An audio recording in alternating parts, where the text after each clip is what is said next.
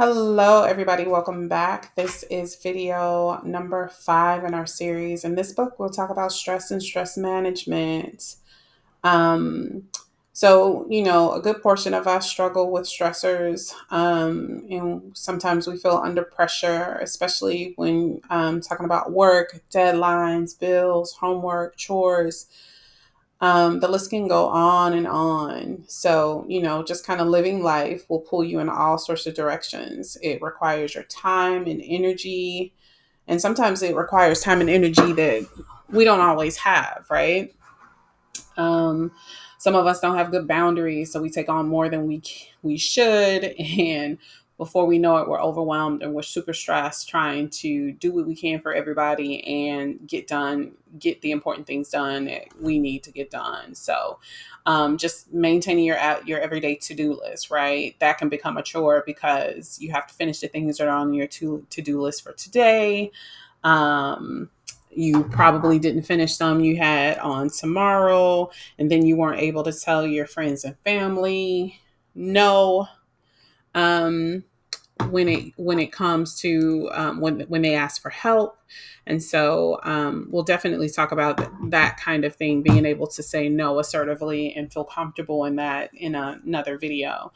So when these demands grow out of hand, it may lead to you just kind of feeling stressed out. And so, and when stress goes unchecked, the symptoms linger and just chip away at both your physical and mental health, right? So many people grow used to the consistent feeling of stress pressing down on them, while others wear their stress as a badge of honor. Like I've heard many people joke like, "Girl, I am so stressed out. Woo, I be stressed out every week," and it's not really about badge of honor because over time it can become a really difficult issue to resolve. And so we'll definitely talk about that. So that being said, it's okay to have some stress. So a healthy level of stress, it just kind of pushes you to take care of your responsibilities. Without keeping you up at night or damaging your health, you're not worried or anxious. The goal is just it isn't to like eliminate all stress. It's just to keep stress at a level in which it's helpful rather than harmful. So in this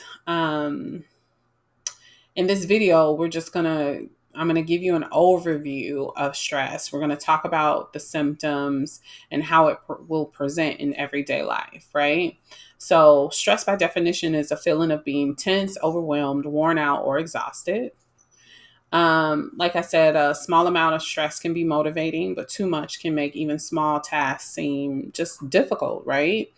That's when you start to avoid, once your anxiety is high, you start to avoid. Some people call it procrastination.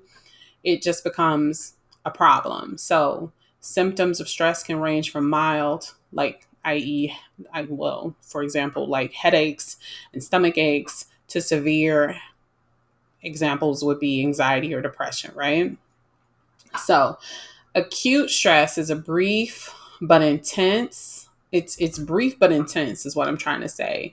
And so short-term stressors such as um, giving a presentation, getting into an argument with loved ones, studying for an important exam, most especially licensure.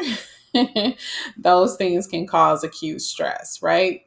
Chronic stress, on the other hand, is long lasting. These symptoms may not be as intense in the moment, but the long term effects are more severe, and it just really affects you over time.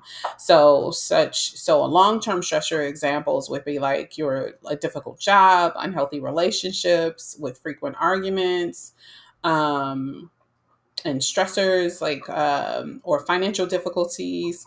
um, those things will cause chronic stress because it's persistent, and sometimes there might not be a let up, and even if there are ebbs and flows, there's still continuous ebbs and flows, right, with probably no room to just kind of catch your breath. So the symptoms of acute stress can be sweating, irritability, and headaches. um, and these can be disruptive in moments where you have to perform, right? And so learning how to manage your stress is going to be very important. Um, Chronic stress, especially because it can go unnoticed in the moment, but it can cause, again, some long term health problems. And most people with chronic stress become accustomed to a certain level of discomfort. And that's why when it becomes too late, you're in this fledged panic attack or a depressive episode.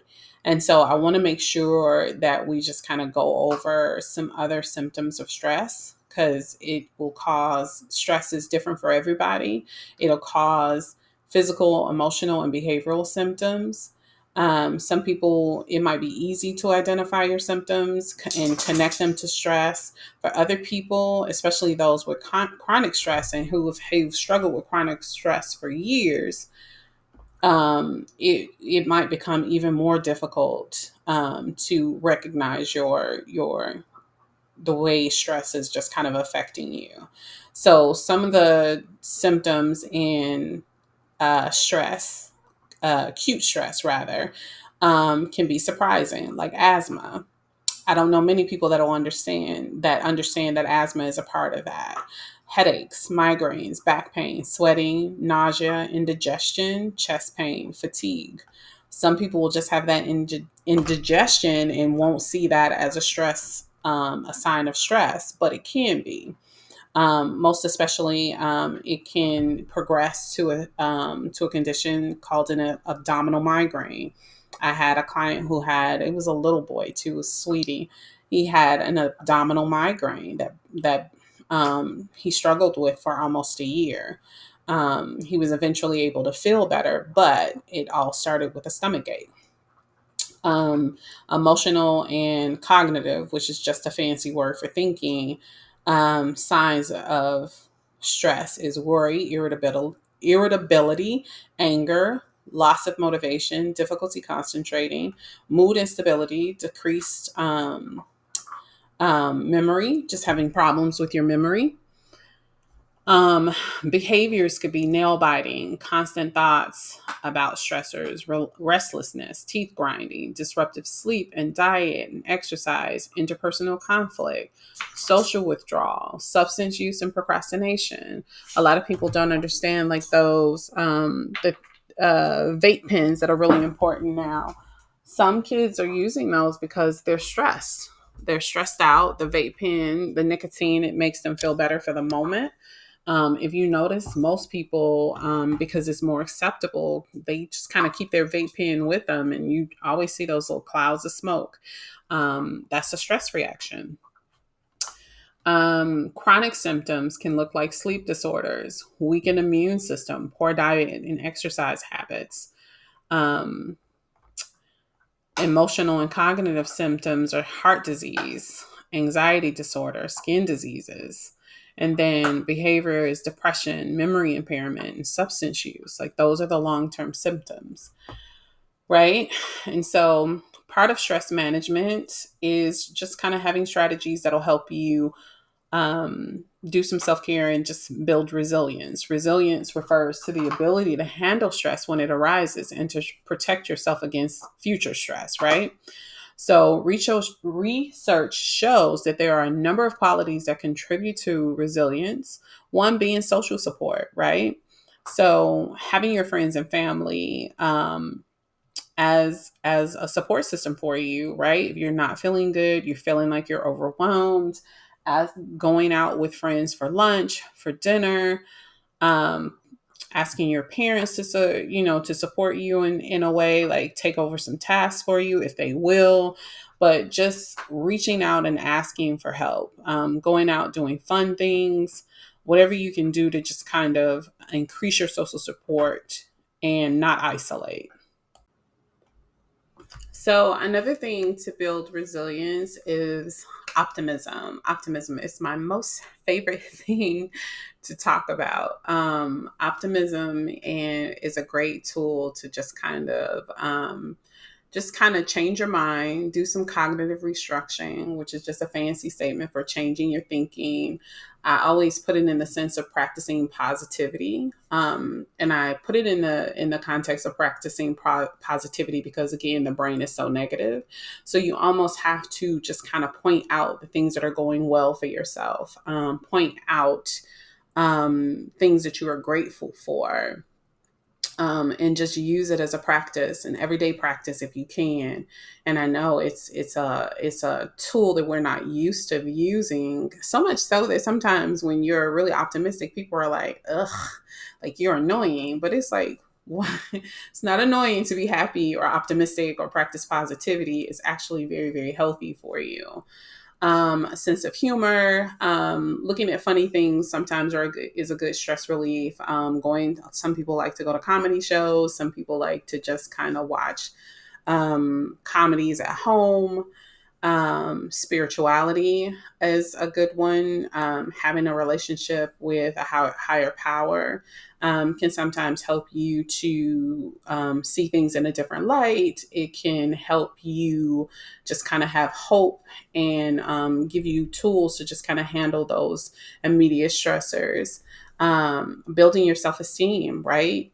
Some of that with practicing positivity and pointing out things that are good about yourself so that you can just build your self image. Because with self esteem, like once you have depression and anxiety, you start to get a very negative sense of self because your brain is just a negative place, and it's pointing out everything that you do wrong, everything that you're not, is comparing you to other people.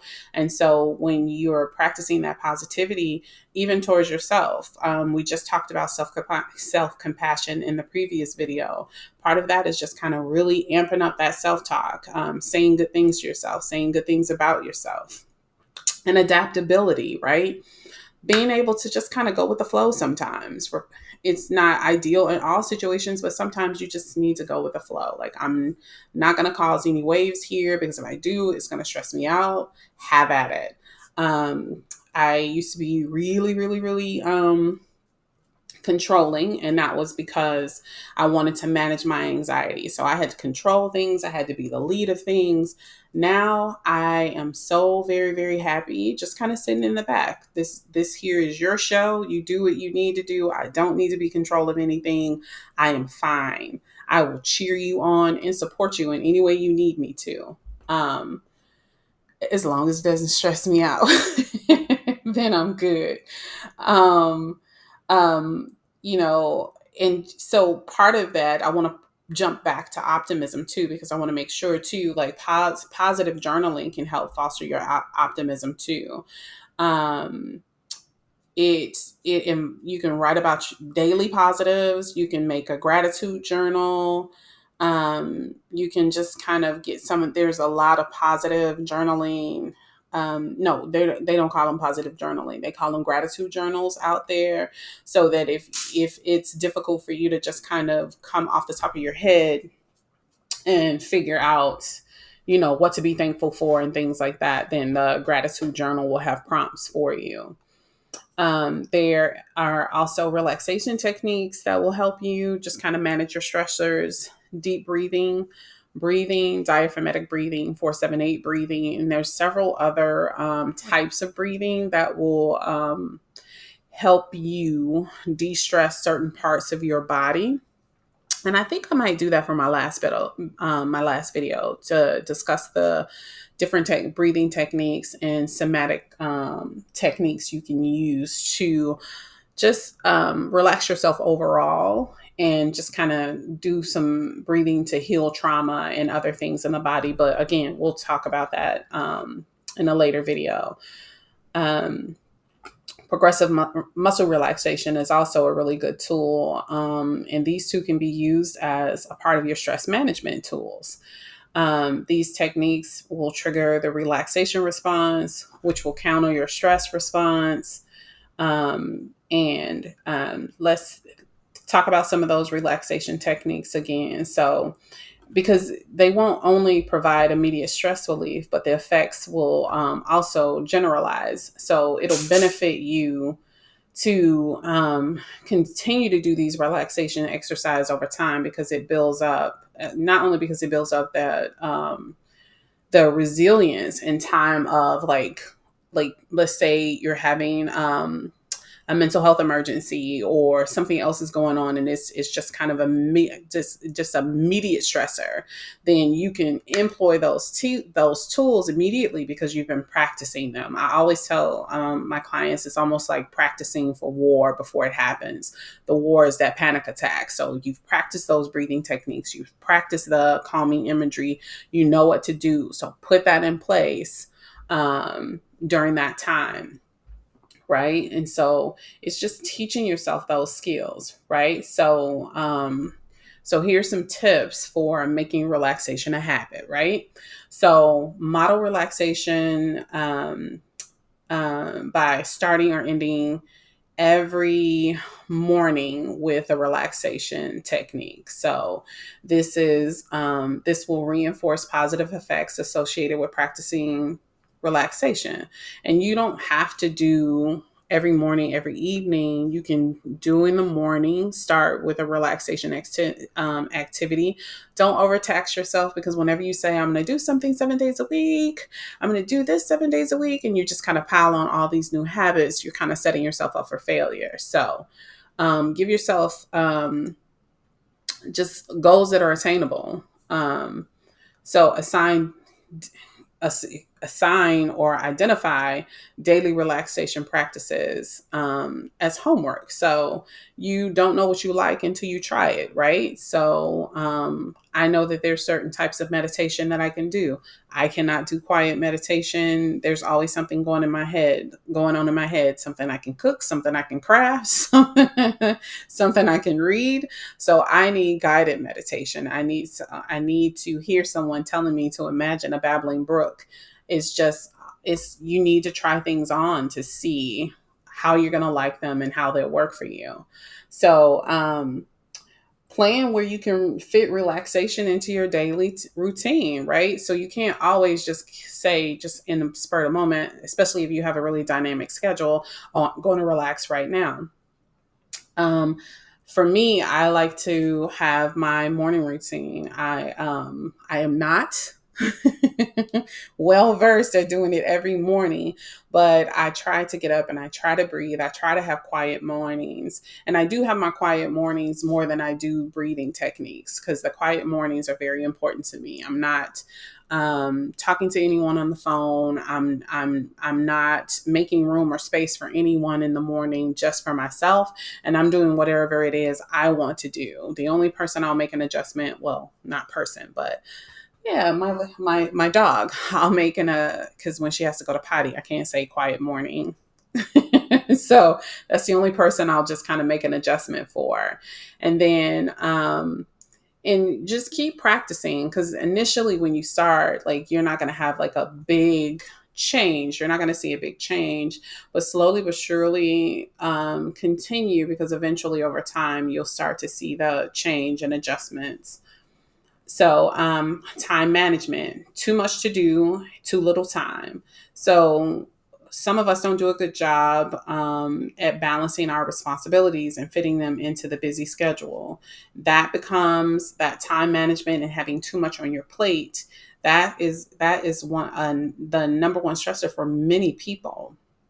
So much so that sometimes people have a tendency to what is it? They avoid, right?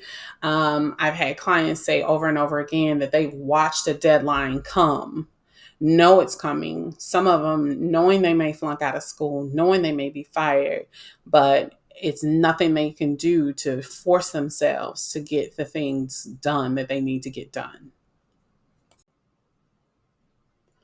Okay, so I do want to make sure I expand on the time management, right? Um, Not to beat a dead horse, but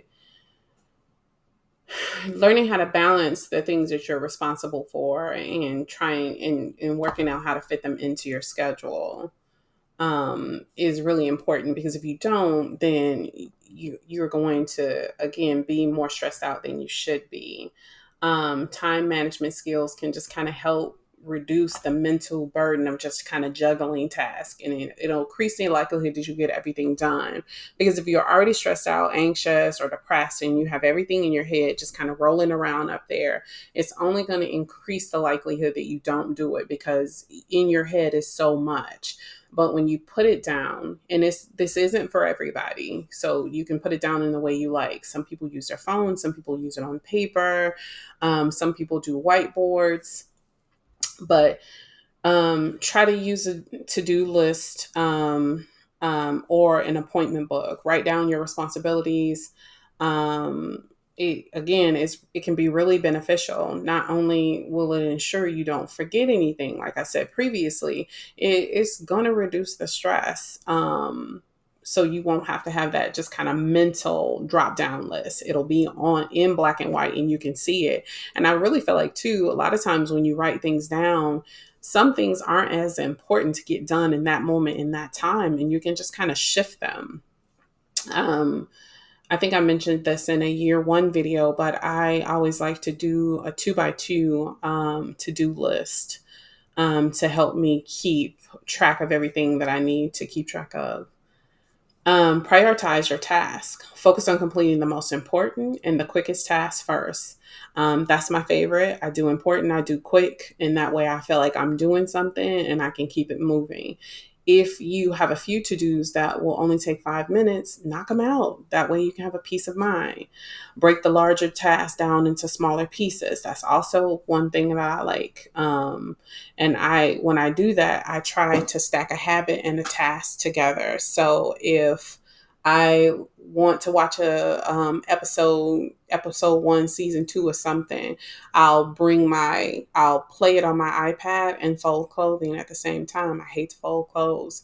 And so stacking that habit that I like with a task that I don't really care for, it helps me. So, and then breaking those bigger tasks down. So I have certain parts of my house that I'll clean on certain days, and then I have days for the other parts. I don't try to tackle the entire house at one time. Now, I do have great habits for keeping things, for just kind of keeping things, um, just maintained in the meantime, because, it being out of control would probably cause me a little anxiety, and I don't want that. So I try to keep a good routine. Um, so, and then, okay. And so also limit your distractions. So for me, the television thing works, but if the television thing habit will distract you, then don't use that, because you don't want it to turn into like some people go through this. There's a technical term for it, but I can't think of it right now. But you just kind of go down this rabbit hole, and you have a tendency to hyper focus on the thing that you're not supposed to do to avoid the thing you should be doing.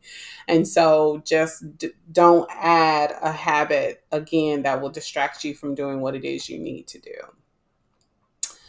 And if you can't limit your distractions, get away from them. The phone is one of those things that's really hard to get away from. So I often tell people to just kind of put it on do not disturb, or put it in another room. I've gone so far as to suggest that you put it in your car. Like if you have a garage, you put it in your glove box. Give yourself time to get whatever you need done, and then go and get your car out of your glove box, or put it in your parents' room, something so you can have time and space away from that distraction. Give yourself time in between tasks. I often suggest this, work for an hour, take a 15-minute break, a 15-minute social media break if you need to, so that you won't then again become hyper focused on social media and not pay attention to the things that you're supposed to pay attention to. And let yourself be less than perfect. Sometimes you're not going to complete every task to perfection. Some of your responsibilities will go undone. And I don't mean like if you have a list of 10 on a to-do list and you do two, you know what I'm saying? And if you do two, that's two more than you would have done previously, especially if you're depressed and anxious.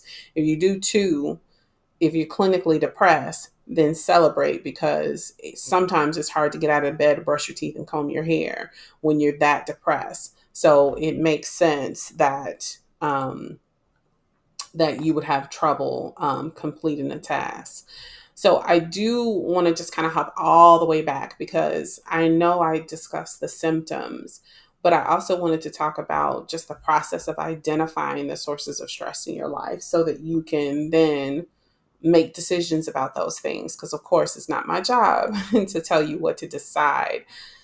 I just want to talk to you about learning how to identify those stressors. So, because again, if it's chronic stress, sometimes it's difficult for people to recognize what it is, especially if it's a old pattern of behavior that they're used to seeing, like domestic violence. If you're used to people yelling and hitting and doing all those things, like your stress level will be very high when it comes to that happening in your own relationships, but you'll still be stressed on top of just being re-traumatized.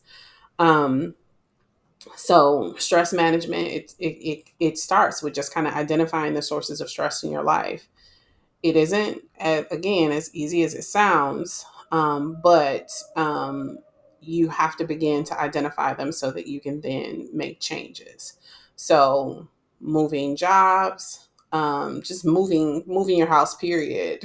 That's very stressful for some people. Going through a divorce, some of your classes, failing your classes, failing exams, trying to get into school, what college you want to get into, what college your parents may want you to get into, navigating just social events, especially family events. Like, all those things can be stressful. I mean, and, especially for a young adult, not having a lot of autonomy.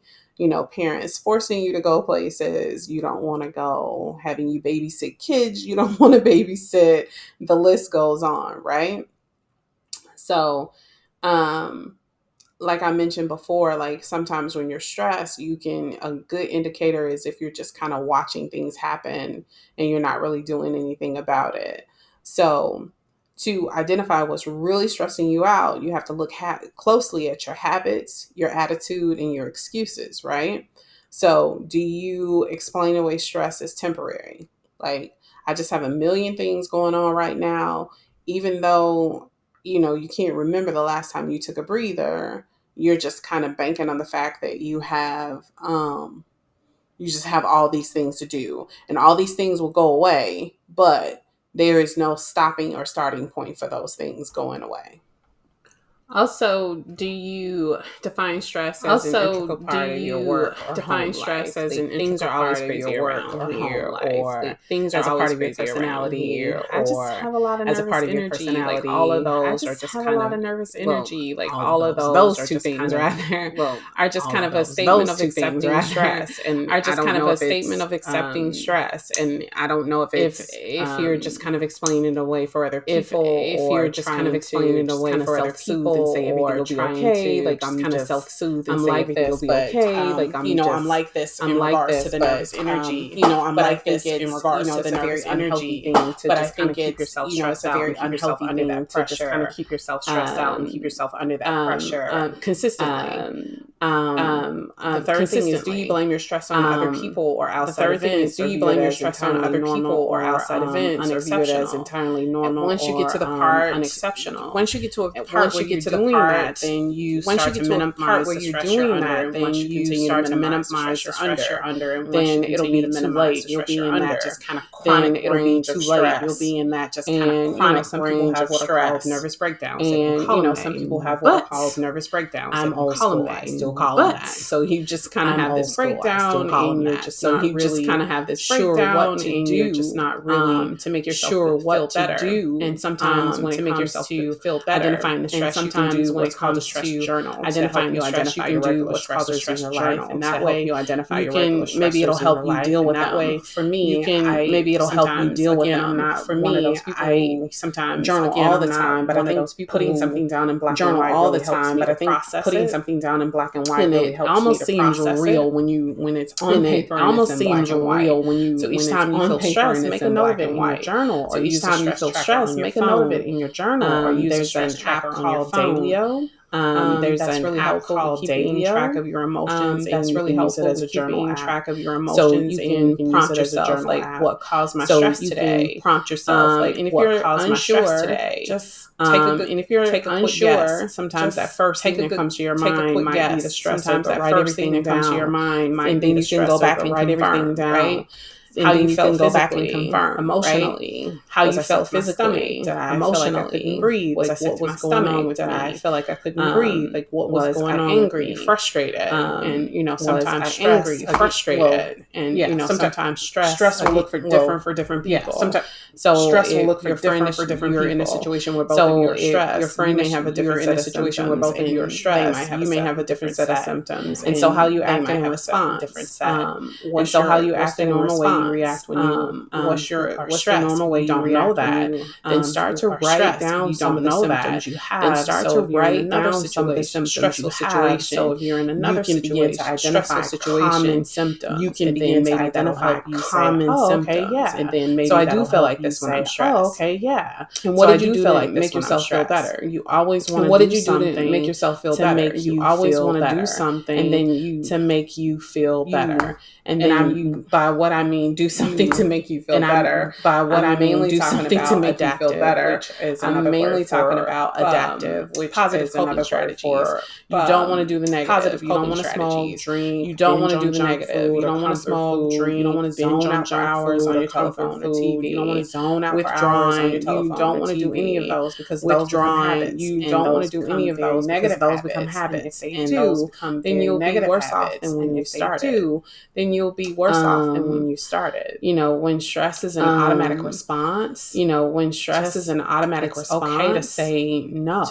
Right? It's okay Understand to say your limits. no. Tell people right? no. Tell them Understand you your can't limits. do Tell what they're people asking no for tell you to them do. you can't My do favorite what they're line asking is, for you to do. I really do My want to help favorite you, but I line don't is, think I have the mental I really do want to help space you, for but I that don't right think now. I have the And I know that mental may or sound emotional dramatic, space for that but right I now. haven't had And I anybody know that say, may well, sound forget dramatic, your mood. but I haven't had anybody your say, well, emotions forget and your mood. mental stress. Help me anyway. Your right? emotions and your mental stress. Help me Sometimes anyway. we have to be right? honest. Avoid people and Sometimes things we that have to be stress you honest. out. Avoid people and things you that have a friend stress that's you out. constantly Complaining, that's talking about you the have a same friend that's old constantly relationship complaining, issues, that's talking about the same old relationship issues, same this and same that. same Sorry, this I and can't that. today. I don't know if I have the mental or Sorry, I emotional can't space today. I don't know if to I have the support mental or you emotional in the way that space you want to or support need to be you supported in the right way now. that you I'm so you sorry. want or need Maybe to be we can supported talk later right now. on in I'm the so week. sorry. Maybe we can talk later on in the week. Take control of your environment. And just if the news take is control of making your you anxious, turn it environment. off. If Turn the it news off. is If making it's you stressing anxious, you out, turn it seeing off. all those things, Turn it off. If traffic, it's stressing you if out, going home seeing a all certain those way is things, stressing you out, traffic, pick another route. If going home a certain way is stressing you out, pick pick another topics. route.